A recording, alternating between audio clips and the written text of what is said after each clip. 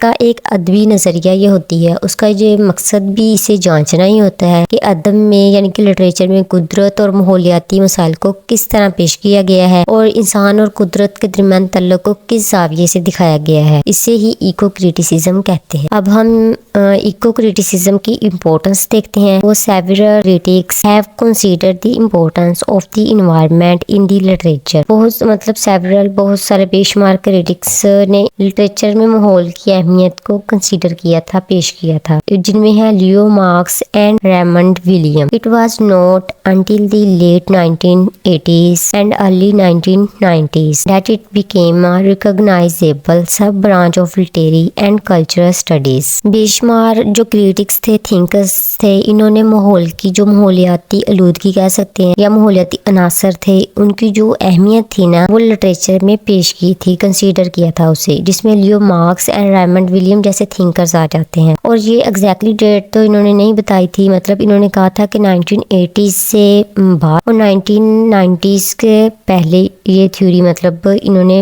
پیش کی تھی، اس کی امپورٹنس کو بیان کیا تھا. اور یہ جو تھی نا ایکو کریٹیسزم، یہ سب برانچ بن گئی تھی لٹریری اینڈ کلچرل اسٹڈیز کی. اور ایکو کریٹیسزم جو تھی نا وہ 1990s کی دہائی میں امریکہ اور برطانیہ میں ابھرا تھا. Eco criticism defines itself as a practice of reading literature from an earth-centered perspective. Basically eco criticism انسان اور قدرت کا رشتہ جو ہے نا وہ بیان کرتا ہے، اور جو ادب ہے نا یہ ہمیں یہ دکھاتا ہے کہ انسان قدرت کے ساتھ کیسا سلوک کرتا ہے، اور ماحولیاتی مسائل جو انسان کو درپیش ہوتے ہیں جس میں آلودگی، جنگلات کی کٹائی اور قدرتی وسائل کے غلط استعمال جیسے مسائل پر بات کرتا ہے. جو کی پوائنٹس ہیں وہ ہے in ecocriticism nature is the centre not the man. Basically eco criticism میں جو نیچر قدرت ہے وہ مین پوائنٹ ہے، اور مین جو آدمی ہے اس کی کوئی اہمیت نہیں ہے. It is the study of literature and physical environment. یہ مطالعہ ہے ادب اور فزیکل انوائرمنٹ کا. فزیکل انوائرمنٹ کچھ بھی ویزیبل اسپیکٹس نیچرل بھی ہوں، جو ہوا، پانی وغیرہ، جنگلات وغیرہ، یہ سارا کچھ ان کی اسٹڈی کو مطلب لٹریچر اور ان کے فزیکل انوائرمنٹ کے درمیان جو ریلیشن ہوگا نا اس کی اسٹڈی کو ہم ایکو کریٹیسزم بھی کہہ سکتے ہیں. It is an earth centered approach to the literary study. یہ ارتھ سینٹرڈ ہے، یعنی کہ زمین پہ اگنے والی جو بھی چیزیں ہوں گی اس کی جو لٹریری اسٹڈیز یہ کرے گا، اس کی اپروچ جو ہوگی اس کو بھی ایکو کریٹیسزم ہی کہتے ہیں. ایکولوجیکلی مین از دی الٹیمیٹ ویلن. جی تو بیسیکلی ہم اگر دیکھیں تو مطلب ایکولوجیکلی جیسے کہ مطلب ایکو کریٹیسزم میں نا مین کو ایز اے ویلن کے طور پہ لیا گیا، کیونکہ مین یعنی کہ انسان ہی ہوتا ہے جو ماحولیاتی آلودگی جو ہوتی ہے نا اسے پیدا کرتا ہے، مطلب جنگلات کی یہ کٹائی کرتا ہے اور قدرتی وسائل جو ہوتے ہیں ان کا غلط استعمال کرتا ہے، جس سے جو ماحول ہوتا ہے نا وہ آلودہ ہو جاتا ہے. اس وجہ سے مین کو ایز اے ویلن لیا گیا ہے. Eco criticism says that we all are equal. اور ساتھ ہی ایکو کریٹیسزم یہ کہتا ہے کہ ہم سب ایکول ہیں. جیسے مطلب زمین پہ اگنے والی جو قدرتی چیزیں ہیں، جنگلات یا حشرات کہہ لیں، جانور، یہ ساری چیزیں نا انسان جیسے ہو گئی، یہ ساری چیزیں ایکول ہیں. یہ نہیں ہے کہ بھئی ہم اب جیسے کہ انسان ہیں تو ہم جو ہوتے ہیں جانور وغیرہ ان کے حقوق تو نہیں نہ مار سکتے. تو اس طرح یہ کہتا ہے کہ ہم سب ایکول ہے. The main purpose is to protect the earth. اور ایکو کریٹیسزم کا جو مین پرپز ہوتا ہے نا وہ یہی ہوتا ہے کہ بھی ہم زمین کی حفاظت کریں، یعنی کہ زمین پہ جو جنگلات ہیں نا انہیں نہ کاٹیں. کیونکہ اگر ہم جو جنگلات وغیرہ، پودے وغیرہ ہوں گے، درخت، ہم انہیں کاٹیں گے تو اس سے ہماری جو ماحول ہے وہ خراب ہوگا، ماحولیاتی آلودگی کا باعث بنے گا. اس طرح ہمیں زمین کی حفاظت کرنی ہے تو کوئی بھی درخت وغیرہ کو نہ کاٹے. خود بھی اپنے آپ کو روکنا ہے اور دوسروں کو بھی روکنا ہے کہ درخت نہیں کاٹنے. نیکسٹ پوائنٹ ہے why it is important to study. یہ یہی ہے کہ بھئی کیوں اہم ہے کہ ہم اس کی اسٹڈی کریں. جی تو دیکھتے ہیں. It gives importance to the relationship between human beings and nature. How are human beings affecting nature and vice versa. جی تو ایکو کریٹیسزم جو ہے نا وہ انسان اور نیچر، قدرت جو ہے نا اس کے درمیان جو ریلیشن ہے ان کو امپورٹنس، اہمیت دیتا ہے. اس کے ساتھ ہی یہ دیکھتا ہے کہ جو ہیومن بینگز ہے نا وہ نیچر پہ کیا افیکٹ افیکٹ ڈالتی ہیں. جو نیچر ہے وہ اس کے بدلے میں انسان پر کیا افیکٹ ڈالتا ہے.